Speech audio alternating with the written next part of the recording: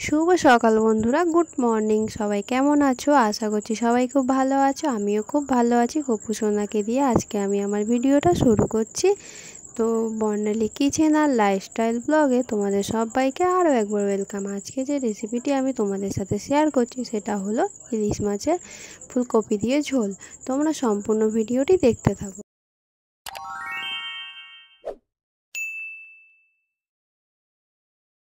দেখো, এখানে ফুলকপি কেটে নিয়েছি আর এখানে কেটে নিয়েছি দুটো আলু, একটা পেঁয়াজ, দুটো কাঁচা লঙ্কা, একটুখানি টমেটো আর একটু ধনেপাতা কুচি। চলো এবার তোমরা দেখতে থাকো। দেখো, মাছগুলোকে প্রথমে নুন হলুদ মাখিয়ে এবার একটু হালকা করে ভেজে নেবে। তো ইলিশ মাছ তোমাদের কার কার ভালো লাগে অবশ্যই আমাকে কমেন্ট করে জানাবে। আর ইলিশ মাছের রেসিপি এর আগেও আমার চ্যানেলে একটা ছাড়া আছে, সেটা কালো জিরে বেগুন আলু দিয়ে ইলিশ মাছের ঝোল, তোমরা দেখে নিতে পারো কেউ যদি দেখে না থাকো। আর তোমরা কেউ স্কিপ করে দেখো না, সবাই অ্যাডসহ ফুল ওয়াচ করো, সবার কাছে এটাই অনুরোধ। আর তোমরা মিষ্টি মিষ্টি কমেন্ট করবে, শুধু লাভ রিয়াক্ট দেবে না। চলো তোমরা সম্পূর্ণ ভিডিওটা দেখতে থাকো।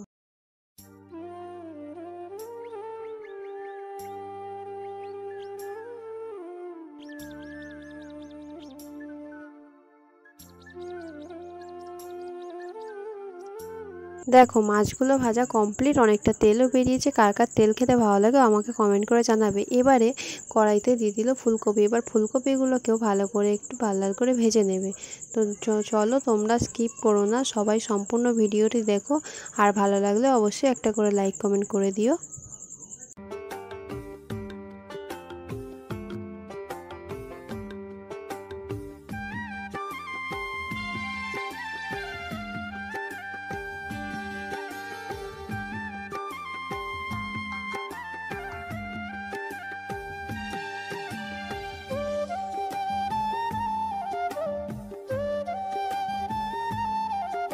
দেখো, ফুলকপিটা হালকা লাল লাল করে ভাজা হয়ে গেছে। এবারে এর মধ্যে কেটে রাখা আলুগুলো দিয়ে দিল। এবার কেটে রাখা আলুগুলো দিয়েও আবারও কিছুক্ষণ ধরে একটু ভালো করে ভেজে নেবে। তোমরা ইলিশ মাছ যদি ফুলকপি দিয়ে না বানিয়ে থাকো, একবার বানিয়ে দেখো, খেতে খুবই সুন্দর হয়। আর দেখো, ফুলকপি আলু একসাথে ভালো করে ভেজে নিচ্ছে। তো চলো তোমরা সম্পূর্ণ ভিডিওটা দেখো, তোমাদের আশা করছি তোমাদের খুব ভালো লাগবে। আর নতুন বন্ধু যদি আমার ভিডিওটা দেখে থাকো অবশ্যই চ্যানেলটি সাবস্ক্রাইব করে পাশে থেকো। দেখো, অল্প একটু পেঁয়াজ কুচি দিয়ে দিল। ইলিশ মাছের রেসিপিতে পেঁয়াজ দিতে লাগে না, যেহেতু এটা ফুলকপি দিয়ে হচ্ছে, ওই কারণে একটু অল্প করে পেঁয়াজ কুচি দিয়েছে। তোমরা যদি চাও তোমরা নাও দিতে পারো, তোমরা স্কিপ করে দিতে পারো। তো দেখো, পেঁয়াজ কুচিগুলো দেওয়ার পরেও খুব ভালো করে ভাজা হয়ে গেছে। এবারে এর মধ্যে পরিমাণ মতো লবণ দিয়ে দিল।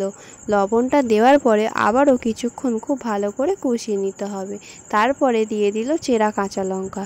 চেরা কাঁচা লঙ্কাটাকে দিয়ে এবারে দিয়ে দিল 1 চামচ হলুদ গুঁড়ো আর 1 চামচ লাল লঙ্কার গুঁড়ো দিয়ে খুব ভালো করে কিছুক্ষণ ধরে কষিয়ে নিতে হবে।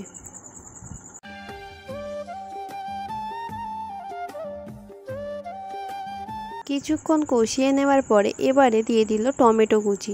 তো টমেটো কুচি দেওয়ার পরেও আবারও কিছুক্ষণ ধরে খুব ভালো করে কষিয়ে নেবে। তো তোমাদের যদি রেসিপিটি ভালো লাগে অবশ্যই তোমরা একটা করে লাইক করে দিও আর একটু মিষ্টি মিষ্টি কমেন্ট করো।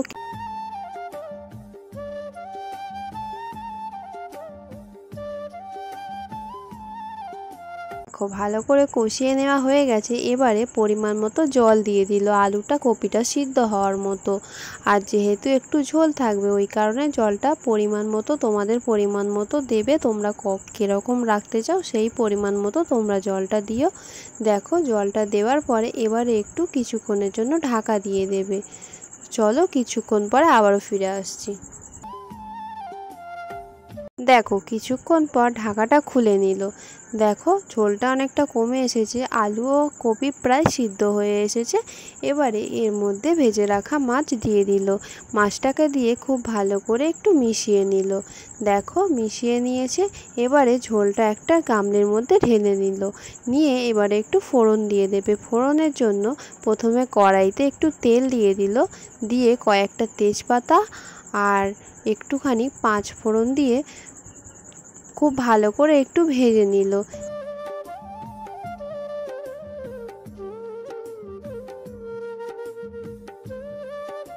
দেখো 5 ফোড়ন তেজপাতার মধ্যে এবারে ঝোলটা ঢেলে দিল। তো ঝোলটা ঢেলে দেওয়ার পরে এবারে কিছুক্ষণ খুব ভালো করে একটু ফুটিয়ে নেবে। এভাবে ফোড়ন না দিয়ে থাকলে একবার এভাবে ফোড়ন অবশ্যই দিয়ে দেখবে, খুবই ভালো খেতে হয়। আর দেখো পুরো ফুটে গেছে, তরকারিটা প্রায় হয়ে এসেছে। এবারে এর মধ্যে বাদবাকি যা যা দেওয়া সব তাই দিয়ে তারপরে রান্নাটা রেডি হয়ে যাবে। দেখো কত সুন্দর ফুটে গেছে, কালারটাও খুব সুন্দর এসেছে আর খুবই ভালো খেতে হয়েছিল। যেহেতু ভিডিওটা আমি পরে ভয়েস দিচ্ছি সেই কারণে তোমাদের বলতে পারলাম।